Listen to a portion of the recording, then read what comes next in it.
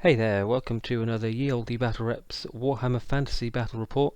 It's been a while since I played Fantasy, a few months ago, I think it was my last game, and as I tend to have moved on to other systems in the meantime, but I do love playing Fantasy. I was glad to get a game in at my club, and this one is a 3,000 point battle. It's between my Dwarfs and Empire, and it's just a straightforward battle line. I'll stick the army list as best I can in the video description, and I'll just go over what is deployed, starting with my dwarves at the bottom. So on the far left hand side, you can't quite see all the unit, but that's 14 Irondrakes with a musician and the banner of Slowness. There's 12 Dwarf Warriors with shields, and behind them the orange, sort of gold and orange unit is 26 Hammerers. Got a cannon and an organ gun. Cannon by the building, organ gun inside, and Master Engineer there as well. Grudge thrower at the back, 26 Ironbreakers who have the stubborn banner, and in that unit is my Thane and my Runesmith. Cannon and the big unit by the crater is 38 Longbeards with great weapons, and they also are stubborn and they have the magic resistance on their banner as well. And just at the top of the crater is 5 Rangers. So on to the Empire. At the top there is a unit of 38 greatswords, a rather terrifying unit, and as if they weren't scary enough, in them is a BSB who has the Griffon banner. In front of them, vanguarded into that position, are 5 Pistoliers. Next to them is a steam tank. In the middle of the board there's a unit of swordsmen, I think they are. I'm not sure how many, I think about 20. Next to them is 11 Inner Circle Knights, and in that unit is Valten, who's Empire character from the End Times Nagash book. So I thought it'd be pretty cool to see what he can do as well. Never faced him before. I had a look at his rules and he is pretty good. He's pretty scary if you stick him on a horse and everything, which obviously my opponent's done. Behind the crater there's a great cannon and 10 Pistoliers, 10 what are they called, Handgunners next to them. 33 Halberders in the unit next to them, and on the very far right hand side another unit of 5 Pistoliers who've vanguarded there. My opponent has a level 4 battle wizard who is, I think, in the unit of swordsmen in the middle, using Law of Life, and he got Throne of Vines, Earth Blood, Flesh to Stone, and Shield of Thorns. And there's also a light wizard who I believe is in the Halberders. He's level 2 Scroll Caddy with the Dispel Scroll. He had Shem's Burning Gauge and Net of Amintok. I finished deploying first, but I lost the roll off the first turn, and this is what it looks like after Empire's movement. The Pistoliers in the centre are very close to my war machines there. I'm going to have to take care of them. And on the far right hand side they've also come up behind my Rangers, who are stupidly facing the wrong way. Other than that, everyone's just marching up, and the steam tank got a decent amount on its movement. It used all 3 of its steam points to move forwards. In Magic, I let Net of Amintok go through on my Longbeards, as I figured I didn't really need to move them yet anyway. And then I basically used the rest of my dice to dispel Throne of Vines, and that meant that he was then able to buff up the swordsman unit with the Wizard Lord in it, casting Flesh to Stone and Earthblood on them as well. So they're toughness 5 with a 5+ regen now. In shooting, his Pistoliers took aim at my cannon, got 3 hits, and they got 3 6s to wound. Oh joy. So yeah, pretty mental there. I really was going to rely on that cannon to take out the steam tank, I think.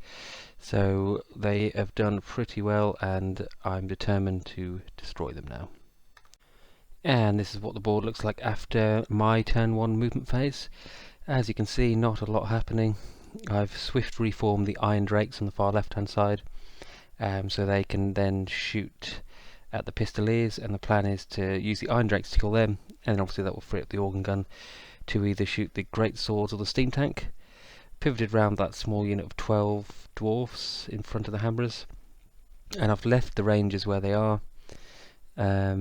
Basically, that's going to mean the Pistoliers will have to choose between finishing off the rangers or coming around for my war machines, so hopefully it'll buy my cannon a bit more time before the Pistoliers come around for it.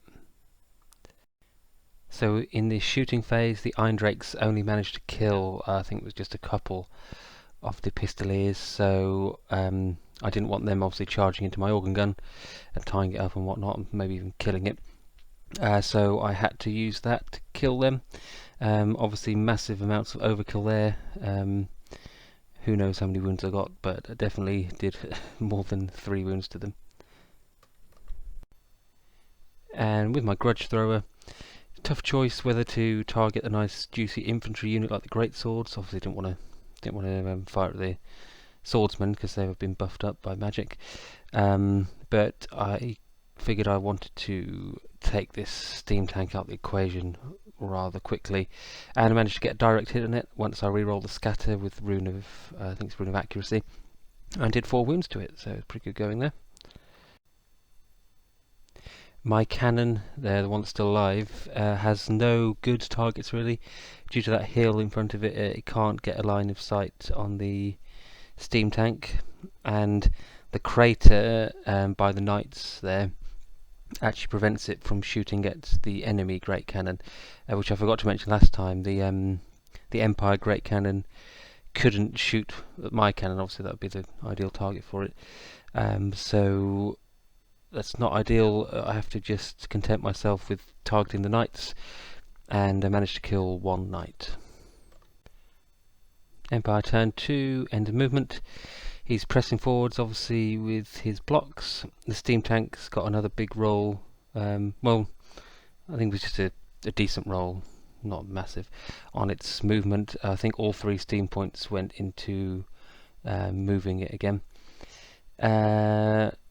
What's going on? His knights are pretty close to my block there, and he's ignoring the rangers with the Pistoliers.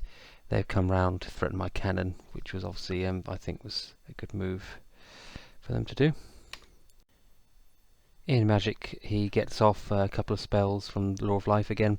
I dispel Throne of Vines with all my dice, and he gets Earthblood off on the Wizard's unit, and Flesh to Stone goes off on the Great Swords this time, I think.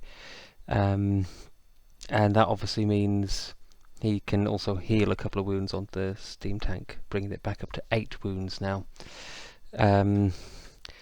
Obviously I just don't want to burn my dispel rune quite yet, so it means unfortunately I can't really avoid this steam tank getting healed up, which is just a nightmare. That thing's so hard to put wounds on.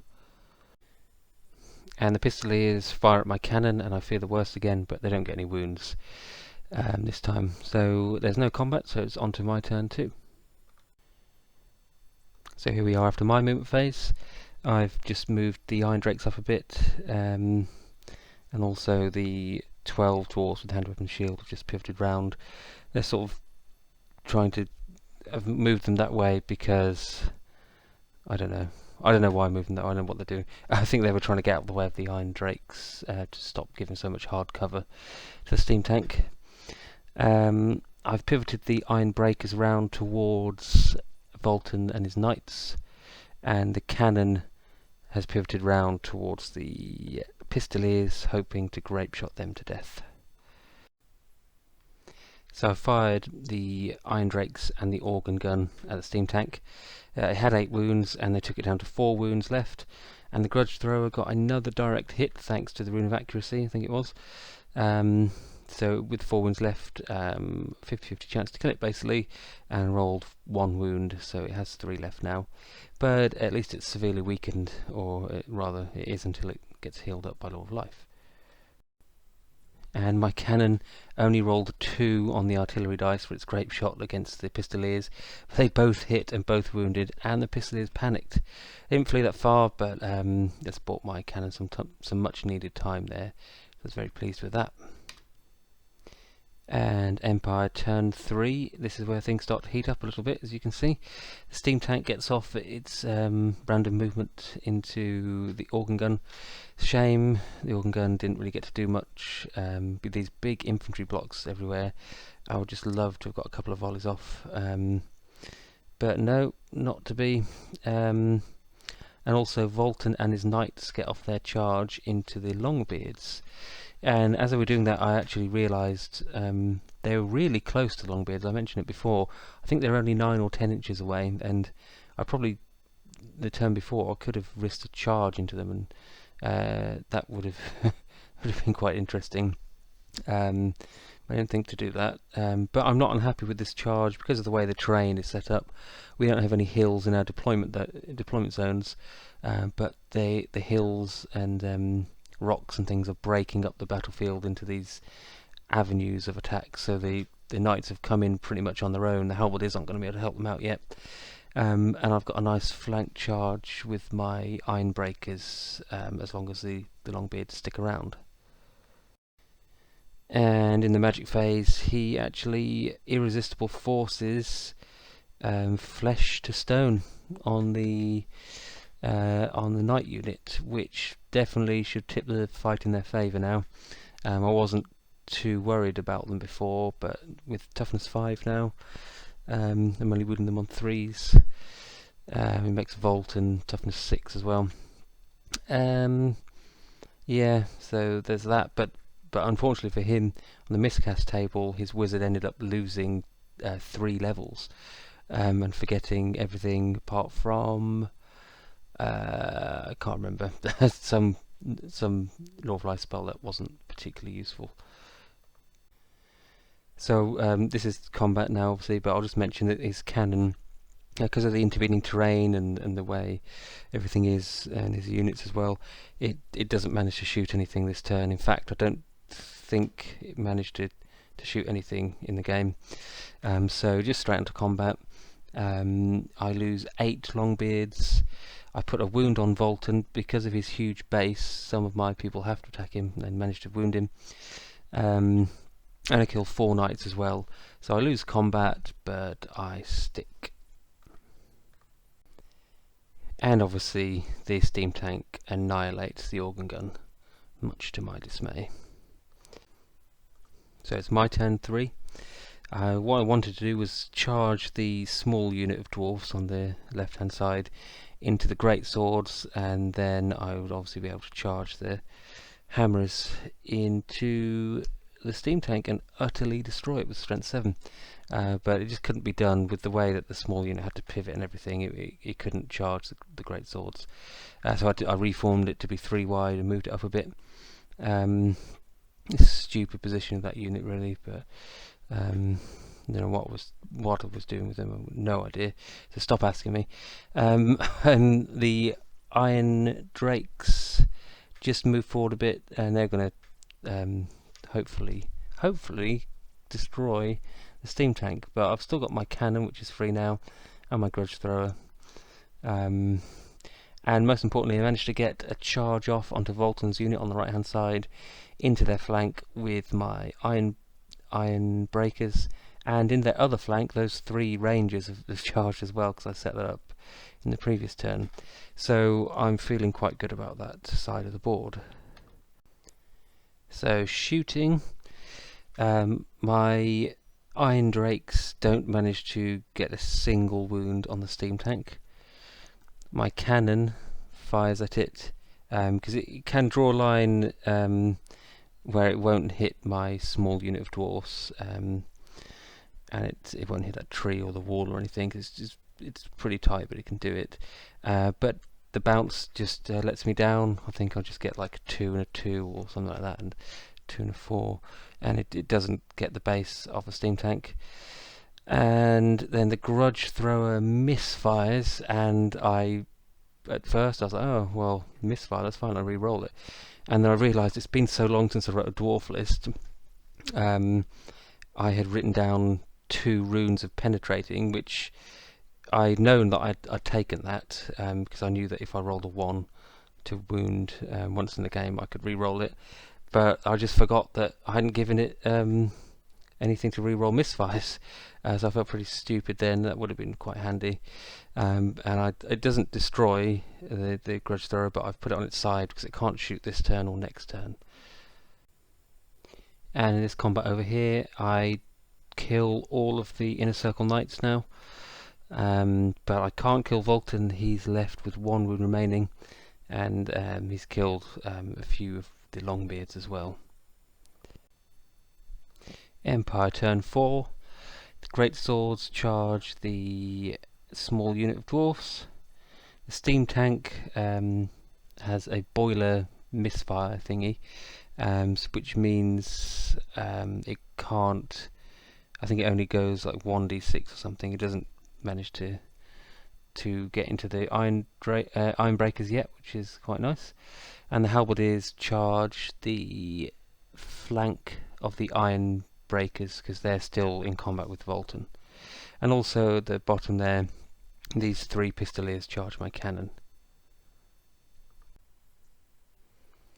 And magic phase, yeah, obviously it's Earthblood. There's a spell I couldn't remember. That goes off onto the swordsman, and obviously the main reason for that is to heal up the steam tank back to 5 wounds now. No shooting again, so combat, and the great swords obviously defeat the small unit of dwarves. They only lose 3, and I think I kill 1 or 2 of the great swords as well. But I flee and bounce through the hammers, who are fine. But the great swords can't pursue because of the Griffon Standard. So this combat with bloody Valten is still going on, and I think this time I actually kill him, but he has this special rule where if he loses the first time he loses the last wound, he takes a test or something, and he comes back to life. Something like that. And yeah, so he's still there. I can't remember if he did it this turn or last turn, but it happens at some point, and he still survives now with 1 wound. I think I lose an Ironbreaker or 2 to the Halberders, and I kill a few Halberders in return. And everyone just sticks. My turn 4. My opponent noticed that on the shelf where I'd been putting my casualties, that I still had my unit of miners on there and I hadn't been rolling for them. I'd just completely forgotten about them. So thank you to my opponent for reminding me of that. They came on this turn, and they've come on obviously behind the cannon. And here's the rest of our very strange looking battlefield. I have charged the hammerers into the great swords. That should be an extremely brutal fight there. You can see at the bottom I forgot to mention about the fight between the Pistoliers and the cannon last turn. It was a draw, I think, or I might have lost by 1 and stuck. Other than that, I've got no one else to move. The Irondrakes are kind of stuck over there.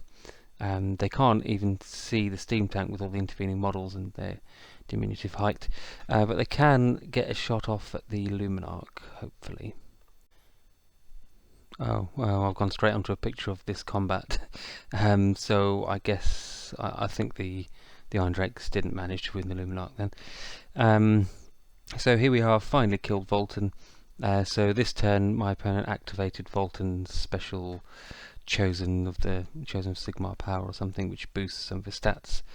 I think that happened this turn, but only got +1, so he was only up to toughness 5 and +1 attack. So he killed, I think he killed 4 or 5 Longbeards this time, but with only 1 wound left, I just about managed to kill him and reformed the Ironbreakers to be facing the Halberders now. And the combat over this side of the board is, as predicted, extremely bloody. I was expecting to do a bit more, I think, more than he did, but it was evened out, I think, by the fact that he's got his BSB in there, adding a couple of kills, and also the Luminarch with its 6+ ward for that unit saved a couple of them as well. So I think I killed 10 great swords and lost 9 hammerers, but I stuck due to stubborn. And my cannon's still hanging in there. I lost a crew member, but I stuck around as well. Okay, Empire turn 5. The steam tank gets a charge or charge thingy, random movement thingy, off into the side of the Ironbreakers. I think the Luminarch's just coming up a bit as well, as are the swordsmen. And that's about it. Earthblood again on the swordsmen, healing the steam tank back to 6 wounds now. And over here in combat, I only lose 4 Ironbreakers by the looks of it. I'm not sure, it looks like about 7 Halberders have died. I don't know if I know at some point I used the breath weapon from my Runesmith. I might have done that now, but I only got like 2 or 3 hits. So I'm not sure how they've lost so many, but I think I lose combat and just stick. Over here, the great swords just proved to be too much for the hammerers. I think I killed 12 or 13 great swords, but I lose basically an equal number of hammerers in return, and I roll a 10 on my break test and flee. Now, fortunately, they can't pursue me because they've got the Griffon banner, so it's a big hindrance for that unit. However, I only flee 4 inches, and I stop just in front of that unit of Irondrakes, which is extremely annoying, because if I hadn't done that, if I'd bounced through them, I could charge the great swords with the Irondrakes next turn, and strike first with my strength 5 attacks on the charge. I mean, I know I can still shoot them, but it'd be nice to finish them in combat and catch them. Dwarfs turn 5. I forgot to take a picture of the field after movement, so this is actually after combat. In the shooting phase, I don't think my Grudge thrower managed to do anything. So I had charged the remaining Longbeards into the Halberders, and combined with the Ironbreakers, I managed to kill enough so they fled. They fled 4 inches, and I caught them on a 4. The Longbeards stopped just short of overrunning into the gunmen. What are they called? Handgunners. And then I reformed the Ironbreakers to face the steam tank. And in combat with my cannon, the Pistoliers didn't cause any wounds to me. I killed one of them, and they fled like the cowards they are. Oh, and here's a picture of the miners at the top of the board. You can see last turn they had been grape-shotted and lost a couple, but that didn't deter them, and this time they charged the great cannon and easily destroyed it. Empire turn 6. The great swords charge back into the rallied hammerers, and they were pretty much in line with the engineer who was inside those ruins.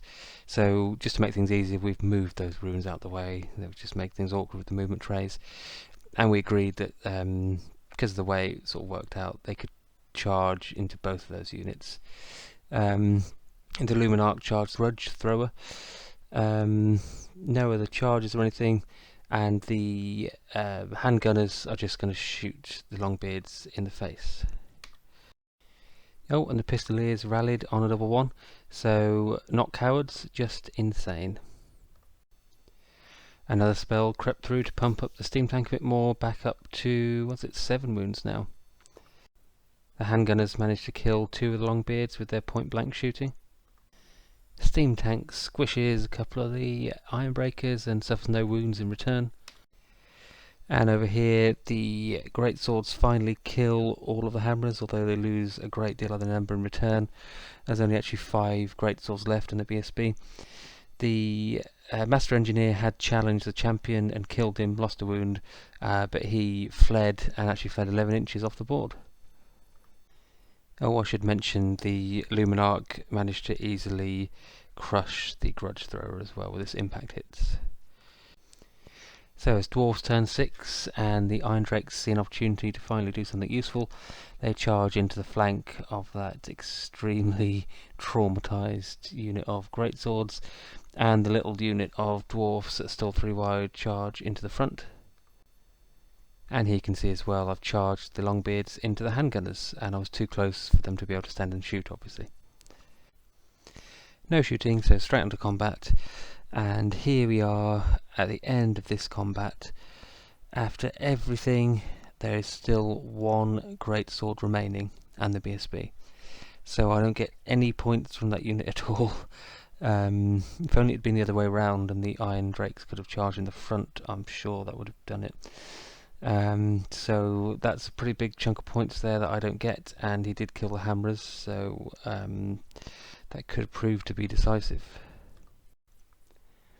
Okay, so I charged the Longbeards into the 10 Handgunners, 11 Longbeards versus 10 Handgunners. And you may be wondering, what are those sixes above the Handgunners? Well, they obviously struck first, so I've got great weapons. They got 6 hits, and that is their wound roll. 6 sixes to wound. I ended up losing 4 guys, and I only killed 3 in return. Still won combat, but the Handgunners stuck, meaning I don't get the points for them either. And unfortunately, this last picture that I took just to show the battlefield at the end of the game is the one blurry picture. But that's the end. It felt pretty close throughout the game and at the end, and we had to rush through the last couple of turns, but we did manage to finish it, which I'm quite pleased with. And neither of us was really sure who was going to come out as the victor once we had the victory points. I just couldn't call it. I mean, Valten and his knights were dead, but then again I lost my Hammerers and I didn't get the points for the great swords. I lost my war machines, but I got a copy of my opponent's list and have added up the points, and I can reveal Empire scored 950 points, but the Dwarfs scored 1,363, so it's a victory for the Dwarfs.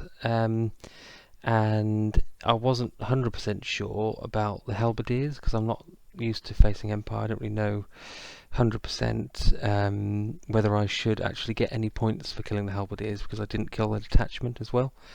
So if I don't get any points for the Halberders, the Dwarfs would still have 1,135 points, so it's still just about a victory for the Dwarfs. So it was a great game. It felt really close. It did come out quite close in the end. A great opponent, and it's fun to play a different army and a different opponent, and just fun to play 8th edition again as well. So hopefully we can get some more 8th edition games in the future. It seems like there's a few people still playing it. But really in that game I think it came down to Valten and his knights. I think they were nearly 800 points, 700 something points. So that's a big chunk of points for the Empire to lose. So I hope you enjoyed the battle report. Thanks a lot for watching, and I'll see you next time.